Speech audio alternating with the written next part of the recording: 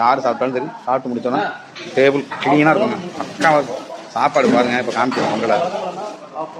மயிலாடுதுறை 1000 ஆனாலும் 1000 போல் ஆகாதுமாங்க. அதில் இந்த ஐயப்ப ஹோட்டல் பொங்கல். நீங்கள் பாருங்கள், வடை பாருங்கள் பெருசு, சாம்பார் ஐயா கொடுக்குறாங்க.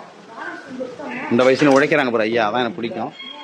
சாம்பார் சட்னி நல்லா பக்காவாக இருக்கும் கட்டியாக.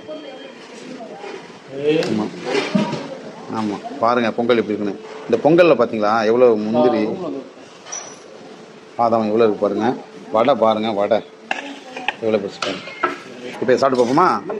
இந்த முந்திரி பருப்பை வச்சு செம சூடாக இருக்குங்க ஃப்ரெண்ட்ஸ்.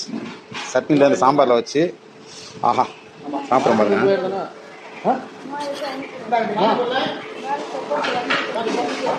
காரம் செம்மையாக இருக்கும்.